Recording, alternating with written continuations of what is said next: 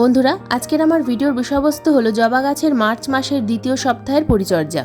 জবা হলো আমাদের বাগানের গ্রীষ্মকালীন একটি ফুলের গাছ, আর এখন থেকে কিন্তু ধীরে ধীরে আবহাওয়ার তাপমাত্রা বাড়তে শুরু করেছে। অর্থাৎ আমাদের বাগানের জবা গাছের যেমন ভালো গ্রোথ হবে, ঠিক তেমনই কিন্তু বাগানের প্রত্যেকটা জবা গাছে প্রচুর পরিমাণে কুঁড়ি আসবে। আজকের ভিডিওতে তৈরি করব সম্পূর্ণ ঘরোয়া একটা লিকুইড খাবার, যে খাবার গাছে প্রয়োগ করার সঙ্গে সঙ্গে গাছে প্রচুর কুঁড়ি তো আসবে, কিন্তু সেই কুঁড়ি আবার হলুদ হয়ে ঝরে পড়বে না। সম্পূর্ণ ঘরোয়া পেস্টিসাইড আমরা কিভাবে তৈরি করব, সেই পেস্টিসাইড আমরা গাছে কতবার স্প্রে করব, এবং এই সময় আমরা নতুন জবা গাছের চারা কিনে এনে কিভাবে মাটি তৈরি করে প্রতিস্থাপন করব, সব কিছু ডিটেলসে থাকছে আজকের এই ভিডিওতে। তাই A to Z পরিচর্যার ভিডিও হতে চলেছে। সম্পূর্ণ ভিডিওটা মনোযোগ দিয়ে দেখার অনুরোধ করব। একটু স্কিপ করে দেখো না বন্ধুরা, স্কিপ করে দেখলে কিন্তু অনেক কিছুই মিস করে ফেলবে। নমস্কার, আমি লাবণী, আমার বাগানে তোমাদের সবাইকে জানাই স্বাগত। বন্ধুরা, জবা হলো আমাদের প্রত্যেকের প্রিয় একটি ফুল। আমরা সবাই যখন নতুন বাগান করা শুরু করি, জবা গাছ দিয়েই শুরু করি। তো জবা গাছ কিনে এনে আমরা প্রতিস্থাপন তো করি, কিন্তু সেই জবা গাছে কিছুতেই ফুল আসতে চায় না। আবার অনেক সময় দেখা যায় যে সেই জবা গাছগুলো বিভিন্ন কারণে মারা যাচ্ছে। তো আজকের এই ভিডিওতে বলবো কিভাবে জবা গাছ প্রতিস্থাপন করলে সেই জবা গাছ সারা বছর বেঁচে থাকবে, এবং সেই জবা গাছে আমরা কিভাবে প্রচুর পরিমাণে ফুল ফোটাতে পারবো, তাও আবার সম্পূর্ণ ঘরোয়া পদ্ধতিতে। সম্পূর্ণ ঘরোয়া খাবার এবং সম্পূর্ণ ঘরোয়া কীটনাশক তৈরি করার আগে কয়েকটা পয়েন্ট নিয়ে আলোচনা করব। তো আজকের ভিডিওর প্রথম যে পয়েন্ট সেটা হলো, যদি তোমরা এই সময় নার্সারি থেকে জবা গাছের চারা কিনে এনে প্রতিস্থাপন করতে চাও, তাহলে সেই জবা গাছের চারা কিভাবে প্রতিস্থাপন করবে। যদি জবা গাছ প্রতিস্থাপন করতে চাও তাহলে কিন্তু এইটাই আদর্শ সময় জবা গাছ প্রতিস্থাপন করার। তাছাড়া তোমরা বর্ষাকালেও জবা গাছ প্রতিস্থাপন করতে পারো। জবা গাছ প্রতিস্থাপন করার সময় প্রথম যে বিষয়টা লক্ষ্য করতে হবে, যেন একটা চারাটা সুস্থ সবল হয়। এরপর দেখতে হবে যে সেই গ্রো ব্যাগের মধ্যে যে রুট বলটা আছে, সেই রুট বলের মাটিটা কেমন। তো যেমনই মাটি হোক না কেন, যদি সামান্য পরিমাণ মাটি তোমরা ধুয়ে নিতে পারো, তাহলে কিন্তু সেই গাছটার গ্রোথ ভালো হয়। তো আমার এই যে গাছটা দেখতে পাচ্ছ, এই গাছটা হলো পুনে ভ্যারাইটি। তো এই গাছে একটা নেট পট আছে। তো এই নেট পটটাকে আমি কেটে তারপর কিন্তু গাছটাকে প্রতিস্থাপন করব, কারণ নেট পট সহ যদি আমরা গাছ প্রতিস্থাপন করি, অনেক সময় কিন্তু এই গাছটা আর বৃদ্ধি পায় না, ধীরে ধীরে গাছটা শুকিয়ে যেতে থাকে। তো আমি কিছুক্ষণ রুট বলটাকে ভেজাতে রেখে দিলাম একটা পাত্রের মধ্যে কিছুটা পরিমাণ জল দিয়ে। তো এরপর তৈরি করে নেব মিডিয়া। জবা গাছের মিডিয়া তৈরি করার জন্য দেখো, এখানে আমি নিয়েছি 50% গার্ডেন সয়েল, নিয়েছি 40% কম্পোস্ট, আর নিয়েছি 10% কোকোপিট। যেহেতু এই মাটিটা আমার শীতের বাগানের মাটি, সে কারণে এই মাটির মধ্যে বালি মেশানো আছে, তাই আমি কিন্তু এই মাটির সঙ্গে আর বালি মেশালাম না। তাছাড়া জবা গাছের জন্য বালি খুব একটা না মেশালেও চলে। তো এরপর আমি এখানে দিয়ে দিলাম সামান্য পরিমাণ ক্যালসিয়াম। তো ক্যালসিয়াম হিসাবে আমি এখানে নিয়েছি চকের গুঁড়ো, হাফ চামচ পরিমাণ চকের গুঁড়ো। এরপর নিয়ে নিলাম 1 চামচ পরিমাণ নিমখোল। তো এর সাথে তোমরা ফাঙ্গিসাইড মেশাতে পারো, আমি আর মেশালাম না। তো এবার দেখো মিডিয়াটা খুব ভালোভাবে মিশিয়ে তৈরি করে নিয়েছি একটা 6 ইঞ্চি সাইজের মাটির টব। তোমরা এখানে প্লাস্টিকের টবও নিতে পারো। যে কোনো টব ব্যবহার করলে তার নিচের ড্রেনেজ হোলটাকে কিন্তু খুব ভালোভাবে তৈরি করতে হবে। দেখো আমি এখানে ঢেউ খেলানো খোলামকুচি রেখেছি, তার উপরে দিয়ে দিলাম সামান্য পরিমাণ কোকোপিট। তো সরাসরি মিডিয়া দিলে কিন্তু অনেক সময় মিডিয়া গিয়ে ড্রেনেজ হোলটা বন্ধ হয়ে যায়, যার কারণে গাছটা ধীরে ধীরে মারা যায়। তো রুট বলটাকে কিছুক্ষণ ভিজিয়ে রাখার পর দেখো নিচের দিকে রুট বলটা অনেকটা ভিজে গেছে, তো আমি হাত দিয়ে ছাড়িয়ে নিচ্ছি। যদি তোমাদের জবা গাছে নেট পট না থাকে, তাহলে সম্পূর্ণ রুট বল ধোয়ার কোনো প্রয়োজন নেই, নিচের দিকে সামান্য রুট বল ধুয়ে নিলেই হবে, ঠিক এখন যতটুকু দেখালাম।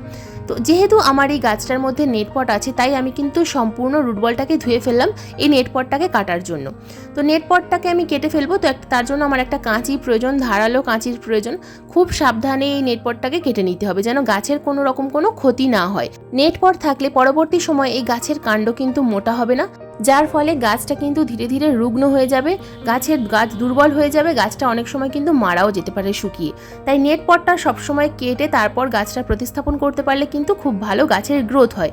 তো যদি তোমরা মনে করো যে এখন যেহেতু গ্রীষ্মকাল নেট পট কেটে প্রতিস্থাপন করবে না, তাহলে তোমরা কিন্তু এই কাজটা ঠিক বর্ষার সময়ও করতে পারো, তাহলেও খুব ভালো রেজাল্ট পাওয়া যায়, বা শীতকালে করলেও খুব ভালো রেজাল্ট পাওয়া যায়। এখন যেহেতু বৃষ্টির সম্ভাবনা আছে, যে কারণে আমি এই কাজটা করলাম। দেখো খুব সাবধানে আমি কিন্তু ধীরে ধীরে নেট পটটাকে কেটে ফেললাম। গাছে প্রচুর শিকড় আছে, তাই ভয় পাওয়ার কোনো কারণ নেই, গাছ কিন্তু খুব তাড়াতাড়ি সার্ভাইভ করে যাবে, গাছটা বেঁচে যাবে। তো দেখো ঠিক মিডিল বরাবর আমি গাছটাকে প্রতিস্থাপন করলাম, এবং সাইড থেকে বেশ কিছুটা পরিমাণ মিডিয়া আমি ভরে দেবো। খুব সাবধানে ভরে দিতে হবে, যেন গাছের কোনো রকম কোনো সমস্যা না হয়। দেখো গাছটা কিন্তু আমি ঠিক মিডিল বরাবর প্রতিস্থাপন করে দিলাম। তো এই গাছের মধ্যে যে বড় বড় পাতাগুলো আছে, তোমরা চাইলে কিন্তু অনেকগুলো পাতা কেটে ফেলতে পারো। তো আমি রেখে দিচ্ছি দিচ্ছি, পরবর্তী সময় কেটে দেবো। তো এখানে আমি নিয়েছি 1 লিটার জল, নিয়ে নেব আমি এখানে 1 গ্রাম পরিমাণ হিউমিক অ্যাসিড। এই হিউমিক অ্যাসিড মিশ্রিত জলটা কিন্তু আমাদের প্রথমবার গাছ প্রতিস্থাপন করার পর অবশ্যই প্রয়োগ করতে হবে। তো এর সাথে তোমরা কিন্তু হাফ চামচ পরিমাণ এপসাম সল্টও মিশিয়ে নিতে পারো। 6 ইঞ্চি টবে আমি কিন্তু সম্পূর্ণ 1 লিটার জলটাই প্রয়োগ করলাম। তো ভরপুর মাত্রায় জল প্রথমবার দিতে হবে, যদি আরও প্রয়োজন হয় আরও একটু জল আমাদের দিতে হবে, যতক্ষণ পর্যন্ত না ড্রেনেজ হোল দিয়ে জল বেরিয়ে যাচ্ছে প্রথমবার কিন্তু আমাদের ঠিক ততটুকুই জল দিতে হবে। জল বেরিয়ে গেলে তবেই জানবে ড্রেনেজ হোলটা কিন্তু ঠিকঠাকভাবে আমাদের তৈরি করা হয়েছে।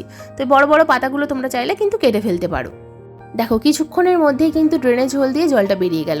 তো এবার তাহলে বুঝতে হবে যে আমার ড্রেনেজ হোলটা ঠিকঠাকভাবে তৈরি করা হয়েছে। তো যদি তোমরা এইভাবে গাছ প্রতিস্থাপন করো তাহলে সারা বছর কিন্তু তোমাদের বাগানের আর জবা গাছ নিয়ে কোনো রকম কোনো চিন্তা করতে হবে না। বন্ধুরা এবার আসি পয়েন্ট নাম্বার 2। এতক্ষণ তো বললাম প্রতিস্থাপন করার কথা। প্রতিস্থাপন করার পর অন্তত 1 সপ্তাহ বা 15 দিনের জন্য গাছটাকে ছায়ার জায়গায় রাখতে হবে। তারপর থেকে ফুল সানলাইটের মধ্যে রেখে দেবে। তারপর ধীরে ধীরে গাছের গ্রোথ হবে এবং তারপর কি গাছে খাবার প্রয়োগ করতে হয় তা কিন্তু আমার আগের ভিডিওতে আছে। আজকের ভিডিওতে বলবো গাছগুলোকে আমরা এবার কি খাবার প্রয়োগ করব এবং কি কি পরিচর্যা করব গাছে প্রচুর পরিমাণে কুঁড়ি আনার জন্য। প্রথমত আমাদের গাছগুলোকে ফুল সানলাইটের মধ্যে রাখতে হবে, যেখানে অন্তত 6 থেকে 7 ঘন্টা রোদ্দুর আসে। সারাদিনের রোদ্দুরে রাখলে ভালো হয়। যদি তোমরা ব্যালকনিতে গাছ করো তাহলে অন্তত পক্ষে 4 থেকে 5 ঘন্টা রোদ্দুর লাগে এমন একটা জায়গায় গাছগুলোকে রাখতে হবে। পয়েন্ট নাম্বার 3, টবের মিডিয়াতে প্রচুর পরিমাণে আগাছা হবে, সেই আগাছাগুলোকে তুলে ফেলতে হবে। কারণ আমরা যে খাবারটা দেব সেই খাবারটা এই আগাছাই কিন্তু আগে গ্রহণ করবে। গাছ খাবার আগেই আগাছাতেই খাবারগুলো খেয়ে নেবে। তো আগাছা পরিষ্কার করার পর টবের মিডিয়া নিড়ানির সাহায্যে হালকা করে কিন্তু খুশে দিতে হবে। টবের মিডিয়া যেন কখনোই জমাট বেঁধে না থাকে। এই পয়েন্টগুলো কিন্তু আমি প্রায় প্রতিটা ভিডিওতেই বলে থাকি, কিন্তু তোমরা যারা নতুন বন্ধু আছো আমার চ্যানেলে তোমরা তো জানো না, সেই কারণে আমি কিন্তু প্রতিদিন একই কথায় এই কথাগুলো রিপিট করতে থাকি। তো টবের মিডিয়া ভালোভাবে খুশে দেওয়ার পর ভালোভাবে লক্ষ্য করতে হবে যে টবের মিডিয়াটা কেমন আছে। জবা গাছের মিডিয়া সবসময় হালকা ময়েশ্চার রাখতে হয়, কখনোই যেন জবা গাছের মিডিয়া একেবারে শুকিয়ে না যায়। যদি একেবারে শুকিয়ে যায় তাহলে কিন্তু জবা গাছের পাতা হলুদ হয়ে যাবে। তাই হঠাৎ করে জবা গাছের পাতা হলুদ হয়ে যাওয়ার সমস্যা কিন্তু অতিরিক্ত জল প্রয়োগ করা আর অতিরিক্ত শুকিয়ে যাওয়া। তাই কখনোই ওভার ওয়াটারিং বা আন্ডার ওয়াটারিং করবে না, সব সময় একটা নিয়ম মেনে জল প্রয়োগ করবে। যদি এরকম বড় সাইজের বালতিতে গাছ থাকে সেক্ষেত্রে কিন্তু 2 দিন অন্তর অন্তর তোমরা জল প্রয়োগ করতে পারো, কোনো সমস্যা নেই। কিন্তু যদি মাটির টবে গাছ থাকে সেক্ষেত্রে কিন্তু প্রতিদিন আমাদেরকে জল প্রয়োগ করতে হয়। মাটির টবে জল খুব তাড়াতাড়ি শুকিয়ে যায়, যে কারণে মাটির টবে গাছ ভালো থাকে। তবে তোমরা যদি অভিজ্ঞ হয়ে থাকো তাহলে তোমরা প্লাস্টিকের বালতিতে বা প্লাস্টিকের টবে গাছ অবশ্যই করতে পারবে। বড় গাছ যেহেতু আমি সেই কারণে আমি কিন্তু এই বড় প্লাস্টিকের বালতিতে এই বছর গাছগুলোকে রিপোর্ট করেছি। আরও একটা বিষয় হলো, যদি মাটির নিচের দিকে টবের নিচের দিকে ভিজে আছে কিনা বোঝার জন্য কোনো একটা দণ্ড তোমরা কিন্তু ভিতরে প্রবেশ করাবে, দেখবে সেই দণ্ডের মধ্যে মাটি লেগে যাচ্ছে কিনা। যদি দেখো যে মাটি লেগে যাচ্ছে তাহলে জানবে ভিজে আছে, আর যদি দেখো সেটা শুকিয়ে গেছে তাহলে জানবে যে মাটিটা শুকিয়ে গেছে। তো এরপর আসি পয়েন্ট নাম্বার 4, সবসময় নিচের দিকের এরিয়া পরিষ্কার রাখবে। এই যে কাণ্ডটা দেখতে পাচ্ছ মোটা কাণ্ড, এর মধ্যে যে ছোট ছোট ব্রাঞ্চগুলো আসছে এই ব্রাঞ্চগুলো আমি ভেঙে দেবো। তার কারণ এই ব্রাঞ্চগুলো যখন বড় হবে তখন কিন্তু এই মাটিতে আর ভালোভাবে রোদ্দুর লাগবে না। আর মাটিতে যদি রোদ্দুর না লাগে এই মাটিতে কিন্তু প্রচুর পরিমাণে কেঁচো, কেন্ন, পিঁপড়ের আক্রমণ হবে, আরও বিভিন্ন ধরনের পোকামাকড়ের আক্রমণ হবে এবং সবথেকে বড় কথা গাছের কাণ্ডের মধ্যে ফাঙ্গাস অ্যাটাক করবে। তাই সবসময় চেষ্টা করবে নিচের দিকের মিডিয়া যেন পরিষ্কার থাকে। এবার তৈরি করব খাবার। তো কি লিকুইড ঘরোয়া ফার্টিলাইজার আমি তৈরি করব? তো এখানে দেখো আমি 2 চামচ পরিমাণ সরিষার গুঁড়ো খোলকে ভিজিয়ে রেখেছিলাম 250 ml জলের মধ্যে। 3 দিন ভিজিয়ে রাখতে হবে 2 চামচ পরিমাণ সরিষার খোল। তো এরপর আমি এখানে মিশিয়ে দেবো ঠিক 3 দিন পর সেই সরিষার খোল জলের মধ্যে মেশাবো আমি 1 চামচ পরিমাণ কাঠের ছাই। এই কাঠের ছাইয়ের মধ্যে আছে প্রচুর পরিমাণে পটাশিয়াম। তো কাঠের ছাই গাছের মাটিতে দিলে কিন্তু গাছের টবের মিডিয়াতে যদি কোনো রকম কোনো পোকামাকড়ের আক্রমণ হয় সেটাও কিন্তু আর থাকে না। এরপর ক্যালসিয়ামের সোর্স হিসাবে আমি এখানে মেশাবো চকের গুঁড়ো। তোমরা এখানে ডিমের খোসার গুঁড়ো ব্যবহার করতে পারো বন্ধুরা। চকের একটা চক, সম্পূর্ণ চকটাকে আমি খুব ভালোভাবে গুঁড়ো করে নিলাম। সম্পূর্ণ চকটা গুঁড়ো করে নেওয়ার পর সেখান থেকে আমি 1/2 চামচ পরিমাণ লিকুইডের সাথে মিশিয়ে দেবো। এরপর যে উপাদানটা দেবো সেটা হলো সম্পূর্ণ পটাশিয়াম সমৃদ্ধ খাবার পাকা কলার খোসার গুঁড়ো। এই পাকা কলার খোসার তোমরা টুকরো করে আলাদা করেও ভিজিয়ে রাখতে পারো যদি গুঁড়ো না করতে পারো, আর যদি গুঁড়ো করে সেটা মেশাতে পারো তাহলেও কিন্তু খুব ভালো রেজাল্ট পাওয়া যায়। তোমরা এই পাকা কলার খোসার গুঁড়োর পরিবর্তে আলুর খোসার গুঁড়ো, পেঁয়াজের খোসার গুঁড়ো এগুলোও কিন্তু এর সাথে মেশাতে পারো।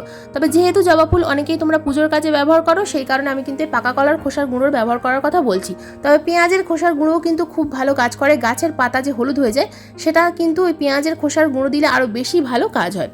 তো কলার খোসার গুঁড়োর মধ্যেও কিন্তু পটাশিয়াম আছে, ফসফরাস আছে বা নাইট্রোজেন আছে। তো এটা কিন্তু আমাদেরকে গাছের প্রচুর পরিমাণে ফুল আনতে যেমন সাহায্য করবে, গাছের পাতা ঠিক তেমনই সবুজ রাখবে। তো এখানে সম্পূর্ণ 1 লিটার লিকুইডটা আমি 20 ইঞ্চি বালতির মধ্যে দিয়ে দিলাম। 10 দিন অন্তর অন্তর এই খাবার প্রয়োগ করতে হবে। আমি বাগানের একটা গাছের খাবার তৈরি করে দেখালাম, তোমরা তোমাদের বাগানে যতগুলো গাছ আছে ঠিক সেই হিসাবে কিন্তু খাবার তৈরি করবে, তারপর গাছে প্রয়োগ করবে। খাবারটা এমনভাবে প্রয়োগ করবে যেন মিডিয়াটা ভিজে যায়।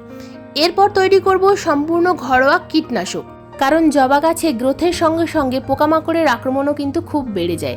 এই সময় জবা গাছে মিলিবাগ, জাপ পোকা, আরও বিভিন্ন ধরনের পোকামাকড়ের আক্রমণ বেড়ে যায় এবং গাছের গ্রোথ হয় না, গাছের পাতা হলুদ হয়ে ঝরে যায়। সম্পূর্ণ ঘরোয়া কীটনাশক তৈরি করার জন্য আমাদের লাগবে একটা পাতিলেবুর খোসার টুকরো এবং লাগবে 8টা বা 10টা রসুনের খোসা।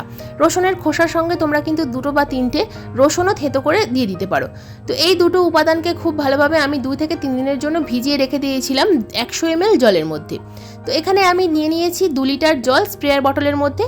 তো এর মধ্যে আমি একটা ছাঁকনির সাহায্যে এই যে লিকুইডটা আমি তৈরি করেছি 100 ml জলের মধ্যে, সেই 100 ml জলটা আমি কিন্তু এই 2 লিটার জলের মধ্যে দিয়ে দিলাম। তোমরা পরিমাণে কমও তৈরি করতে পারো। তো 2 লিটার জলের মধ্যে খুব ভালোভাবে মিশিয়ে নিতে হবে এবং এরপর গাছে স্প্রে করতে হবে। এটা কিন্তু লাগাতার 2 থেকে 3 দিন স্প্রে করতে হবে, আবার 2-3 দিন বন্ধ দিয়ে আবার লাগাতার 2-3 দিন স্প্রে করতে হবে, তবেই কিন্তু ভালো রেজাল্ট দেখতে পাবে। বন্ধুরা, এটা যেমন আমরা যে গাছে পাতা কুঁকড়ে আছে বা যে গাছে প্রচুর পরিমাণে জাপ পোকা মিলিবাগ আছে সেই গাছে স্প্রে করব, ঠিক তেমনই কোনো ভালো সুস্থ গাছেও স্প্রে করব। তাহলে সেই সুস্থ গাছের মধ্যে কোনো রকম কোনো সমস্যা তোমরা দেখতে পাবে না। রসুনের খোসা এবং লেবুর খোসা স্প্রে করার ফলে যেমন পোকামাকড়ের আক্রমণ কমবে, ঠিক তেমনই কিন্তু গাছে প্রচুর পরিমাণে কুঁড়ি আসবে। তার কারণ এই দুটো উপাদানের মধ্যেই আছে প্রচুর মাত্রায় পটাশিয়াম। বন্ধুরা, এই ছিল আমার মার্চ মাসের 2য় সপ্তাহের জবা গাছের A to Z পরিচর্যার ভিডিও। আজকের এই ভিডিও তোমাদের কেমন লাগলো অবশ্যই কমেন্ট করে জানাবে। যদি কোনো রকম কোনো ভিডিও সংক্রান্ত প্রশ্ন থাকে অবশ্যই কমেন্ট বক্সে কমেন্ট করবে, আমি যথাযথ উত্তর দেওয়ার চেষ্টা করব। আজকের এই ভিডিওটা যদি ভালো লেগে থাকে তো প্লিজ একটা লাইক করো, শেয়ার করো, কমেন্ট করো, হাইপ করো। চ্যানেলে নতুন বন্ধু হয়ে থাকলে চ্যানেলটাকে সাবস্ক্রাইব করে পাশে বেল আইকনটা প্রেস করে দিও এরকম নিত্য নতুন বাগান সংক্রান্ত ভিডিও দেখার জন্য। আজকের এই ভিডিওটা সম্পূর্ণ মনোযোগ দিয়ে দেখার জন্য তোমাদের সবাইকে জানাই অসংখ্য অসংখ্য ধন্যবাদ।